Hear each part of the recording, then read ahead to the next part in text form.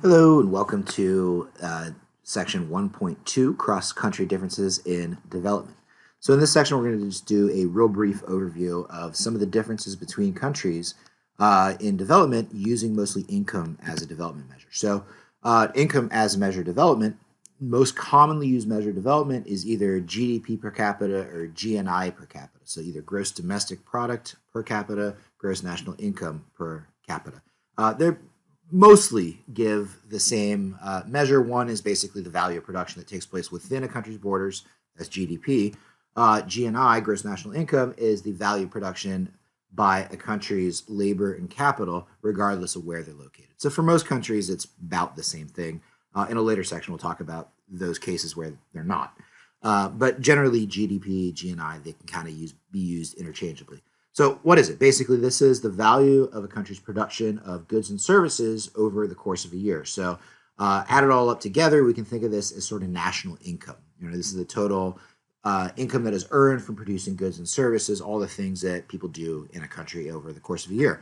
GDP per capita basically takes that total value of production and then divides it equally across the population. So it's a real rough measure of average income in a country. Real GDP per capita is going to adjust for differences in the cost of living over time. So this way we can compare, for example, average income today with average income from 40 years ago, given that somebody today obviously earns a much higher income than somebody 40 years ago simply because of inflation. And so if we adjust for increases in the cost of living, then we can actually get a pretty good measure of the sort of real income, how well off somebody is today versus somebody 40 years ago. And then the other sort of adjustment we'll oftentimes do is try to make what's called a purchasing power parity adjustment between countries. So this basically accounts for the fact that, for example, in the US, the cost of living is on average higher than the cost of living in Mexico. And so if we see that, average income in Mexico is like $10,000 a year, average income in the US is $50,000 a year, that is not 100% of an accurate picture simply because $10,000 in Mexico goes a lot further than $10,000 in the US. So essentially, we inflate average income in countries that have relatively lower cost of living and then deflate average income in countries that have high cost of living. We're going to talk a lot more about this in the next module. Okay, so GDP per capita, it's a good sort of first step look at differences in living standards between countries, but it's certainly not perfect. There's a lot of limitations, and we're going to go into much more detail on them in the next module. But just to sort of give you a brief overview, certainly it fails to account for non-market activity. So a lot of, especially developing countries, there's a lot of economic activity that takes place outside of formal markets. So work done at home, people that are being paid in cash under the table. This is productive economic activity, but GDP per capita or GDP or GNI, whatever we're using, does not capture that.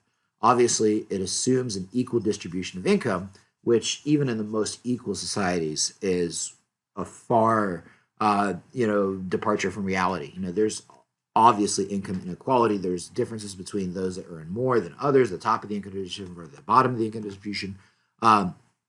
So, this idea that we can evenly divide income and get a good picture of average income in a country is just wrong, right? So if you look at, for example, GDP per capita in a country, the average person you meet on the street in that country earns probably a lot less than that because it's being inflated by really high incomes at the top.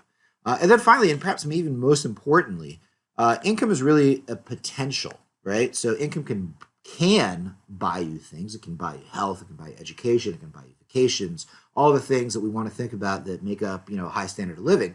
But by itself, it does not generate well-being, right? It's a means to an end.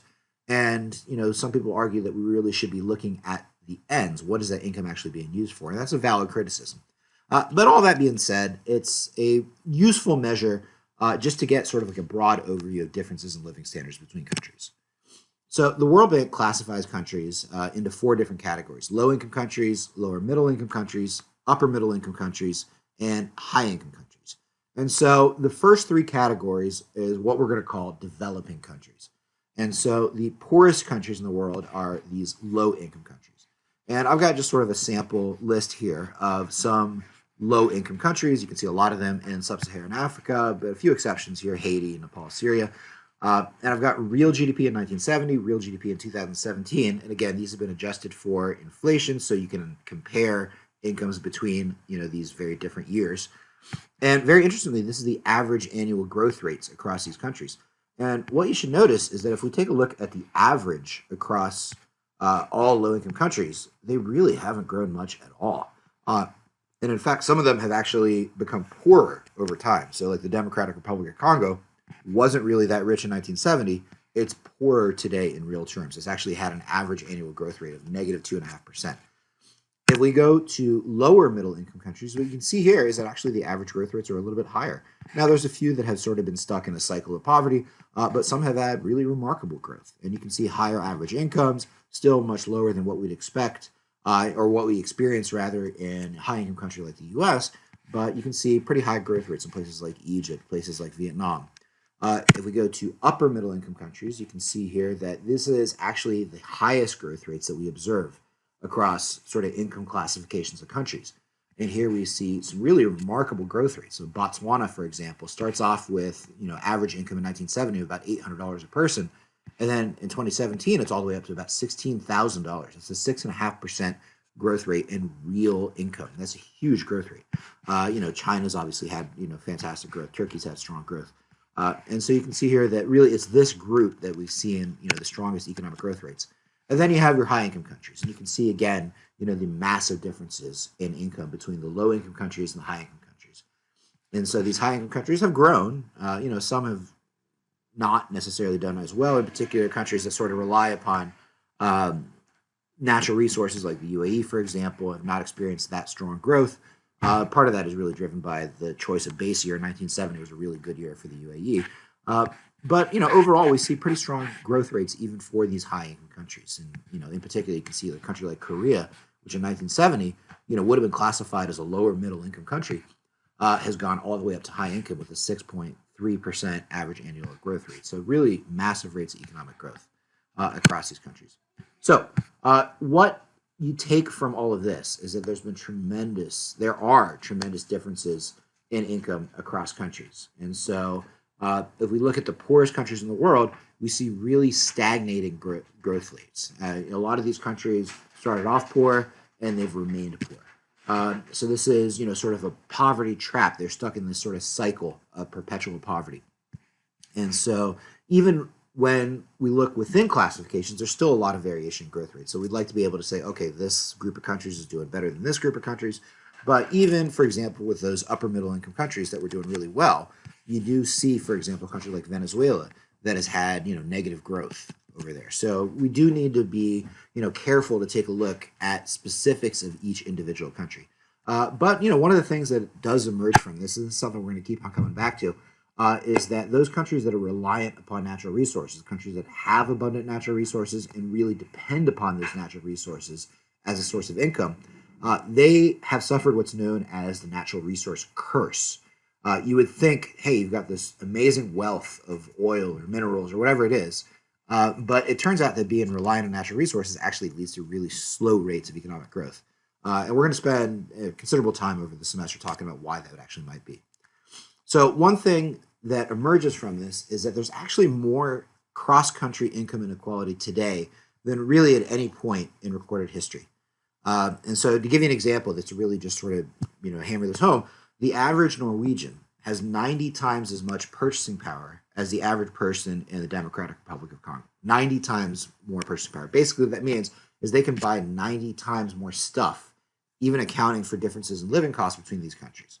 And the reason for this, and there's a lot of different explanations, we're going to go through this over the course of the summer, is not really that the Congolese have gotten poorer over time. They've basically just sort of maintained their same level of income. They've gotten a little bit poorer over time. We did talk about a 2% drop in growth.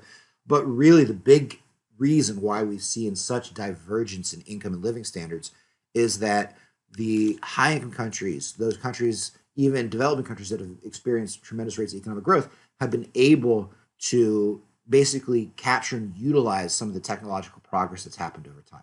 And so we've seen tremendous growth, improvements in living standards in high-income countries like Norway, and poor countries like DR Congo, like the Central African Republic, like Haiti, like Nepal, like Afghanistan. They've basically not been able to take advantage of some of the main drivers of growth in these rich countries, mainly technological progress, increases in globalization that they've been able to take advantage of. Okay, another sort of lesson that sort of hammers this point home is if we take a look at growth paths. So here you've got two countries. You've got Argentina and Ireland. So if you go back to 1950, Ireland is actually a little bit poorer than Argentina. If you go back actually even further, you go back to the beginning of the 20th century, Argentina is one of the richest countries in the world. But over the period from 1950 through really today, you see this huge divergence, and especially gets magnified in the early 1980s, where Ireland has tremendous economic growth. It's oftentimes was referred to as a Celtic tiger. That's sort of a reference to really strong growth rates in Asian countries like Korea, like Malaysia, like Vietnam, like Indonesia. They were sort of called the Asian tigers, and Ireland's growth path actually mirrored that of some of those Asian countries, and that's why they called it the Celtic tiger. And so this really does beg a very interesting question.